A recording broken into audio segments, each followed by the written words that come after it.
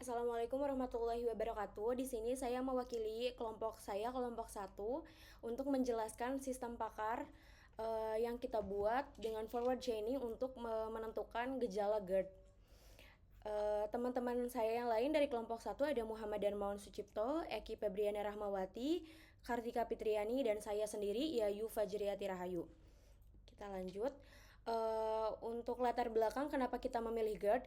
GERD ini kan penyakit lambung dengan ada beberapa gejala di sini, dan gejala-gejala di sini saya dan teman-teman pakai untuk indikator atau rules fakta ya mengenai si penyakit GERD untuk dijadikan sistem itu tersebut.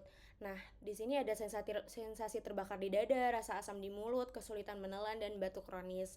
Karena GERD ini merupakan salah satu penyakit yang mematikan juga jika dibiarkan gitu. Pada akhirnya kita memilih penyakit GERD untuk dibuatkan sistem agar masyarakat atau orang-orang gitu ya bisa lebih aware dan tahu gitu bahwa hal-hal yang dirasakan oleh dirinya itu bisa masuk ke penyakit GERD atau bukan. Nah, ini langkah forward chainingnya seperti ini. Identifikasi gejala GERD-nya tadi ya ada sensasi terbakar di dada, mual dan muntah, rasa asam di mulut, kesulitan menelan, dan batuk kronis gitu. Ini rule 1, 2, 3, 4 ya. Jika ada sensasi terbakar di dada, kemungkinan GERD. Jika ada rasa asam di mulut, kemungkinan GERD. Jika kesulitan menelan dan batuk kronis, kemungkinan GERD. Dan dari semua fakta tersebut, misalkan GERD bisa dibilang jika semua faktanya lulus bisa dibilang kemungkinan GERD gitu ya.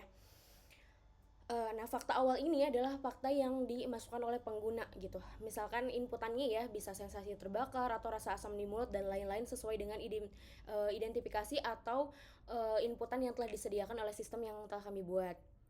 Nanti akan saya jelaskan untuk demo sistemnya. Nah, kemudian proses forward chainingnya seperti apa? Jadi mesin itu mencocokkan fakta awal dengan aturannya. Jika fakta baru yang ditambahkan oleh user itu cocok gitu, maka itu sudah mendapatkan hasilnya. Jadi si forward chaining ini tuh mengulang-ulang proses hal yang sama sampai tidak ada aturan lagi yang dapat diterapkan gitu. Nah, flowchartnya seperti ini. Dimulai dengan simbol mulai ya, kemudian input gejala dari usernya, kemudian nanti si sistem akan memproses forward chainingnya. Kemudian di sini ada decision, jadi apakah cocok atau tidak gitu. Jika iya, maka diminta tambahkan fakta baru gitu ya. Jika tidak, nanti akan langsung dapat hasilnya di evaluasi hasil gitu ya. Jadi ya atau tidak bakalan masuk ke decision untuk evaluasi hasil. Nah, jika hasil akhirnya akhirnya tidak cocok, maka akan diminta pemeriksaan lebih lanjut. Tapi jika cocok, maka hasilnya adalah diagnosis kemungkinan GERD seperti itu. Nah, decision tree-nya seperti ini. Dimulai dengan kemudian user input gejala, proses forward chaining.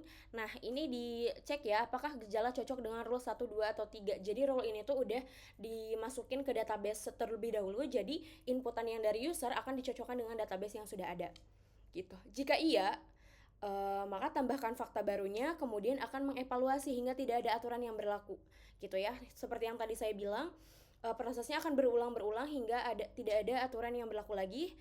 Nah, kemudian jika sudah cocok akan didiagnosis kemungkinan GERD gitu ya. Nah, jika tidak bagaimana? Jika tidak, maka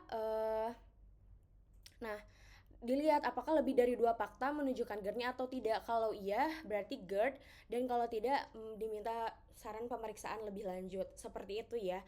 Kemudian untuk sistemnya, kita memakai basisnya bukan web ya, tapi pakai Java. Nah, ini tampilannya seperti ini.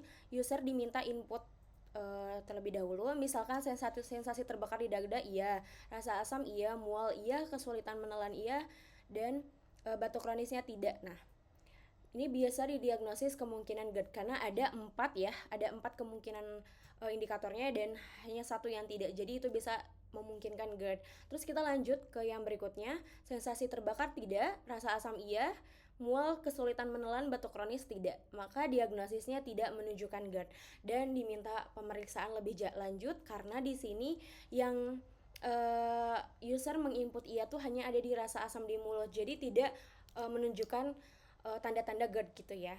Itu sistem dari kami yang telah kami buat menggunakan Japa gitu. Dan proses metodenya menggunakan forward chaining untuk mengidentifikasi kemungkinan GERD. Sekian presentasi dari kelompok kami. Mohon maaf apabila ada kesalahan. Semoga presentasi ini bisa bermanfaat bagi kita semua. Terima kasih.